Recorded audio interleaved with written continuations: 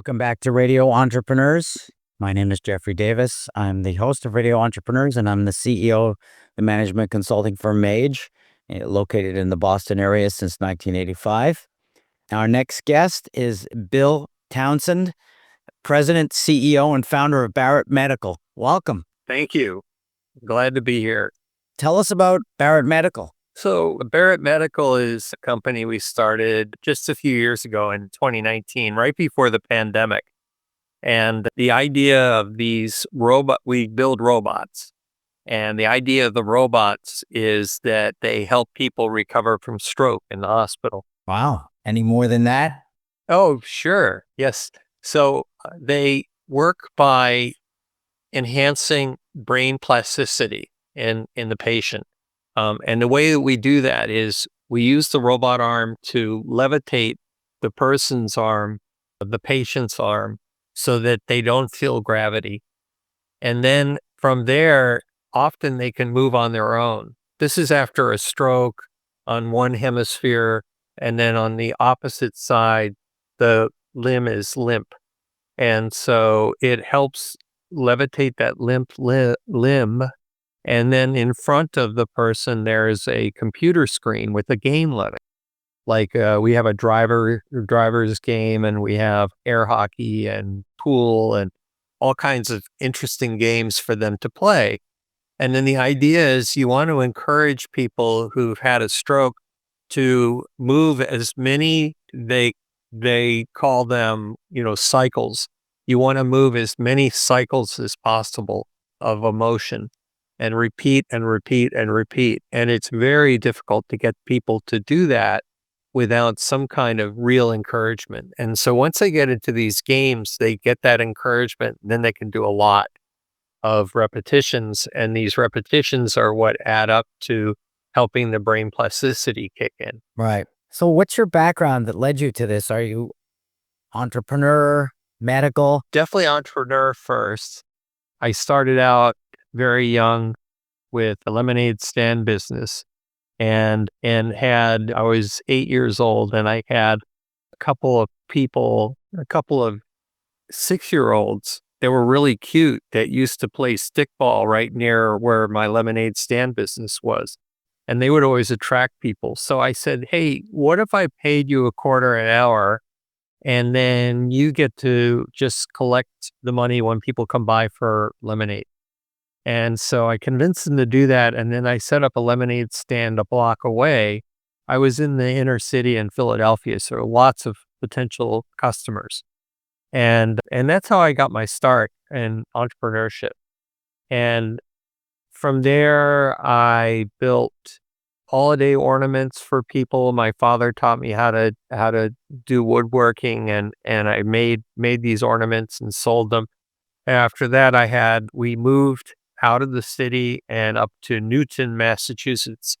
And there I was excited about the fact that I could see a lawn and trees and things like that. And so I started a tree cutting business, and unrelated to the Barrett trees, they were my competition. And so we had a couple trucks, and I ran that from about age 17 when I was in high school, and kept running it while I was in college. I went to Northeastern. I was a co-op student there, and I was able to have a couple people still running the tree business while I was there.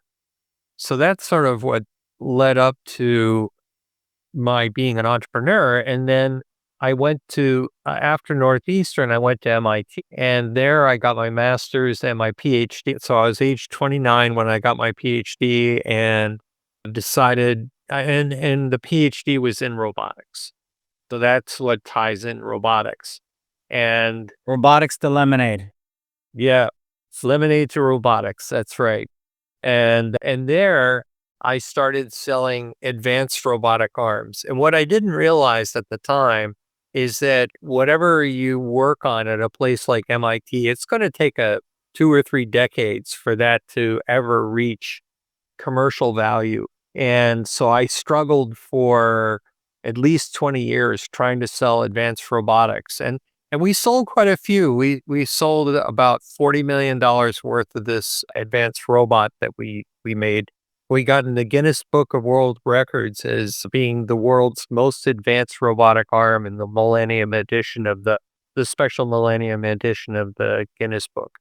And then after that, we started to see our sales trailing off a bit because we had saturated whatever market there was in advanced robotics and research labs and that kind of thing. And we started looking for a real commercial application. And one that we found was in rehabilitation. And we had seen a documentary showing a robot that was helping people recover from stroke. And we thought, oh, we could do better than that. And so we started working on it. It took us about 7 or 8 years. And so it took most of the time from like 2011, 2012 until 2019 to get it developed and then get it through the FDA, which turned out to be way harder than I had imagined. It took a lot more resources than I had imagined, but we got through it. Then 2019 came, we launched it, and of course the pandemic hit. So with the pandemic, we had to almost hibernate because we weren't allowed into hospitals. So the sales team was ineffective, not being able to do that. And then when it broke around 2022, I was able to hire this guy in sales who had learned sales at Johnson and Johnson, and he started off with, I think, 6 sales in 2022, and then 12 in 2023, and then 24 in 2024. And this year he's already got about 35 of them sold. And we've hit our 100th shipment in the US. We actually ship more in China than we do here in the US. We have about 250 installations in China. And we just shipped our first one to Thailand, and we're starting to spread out to other countries.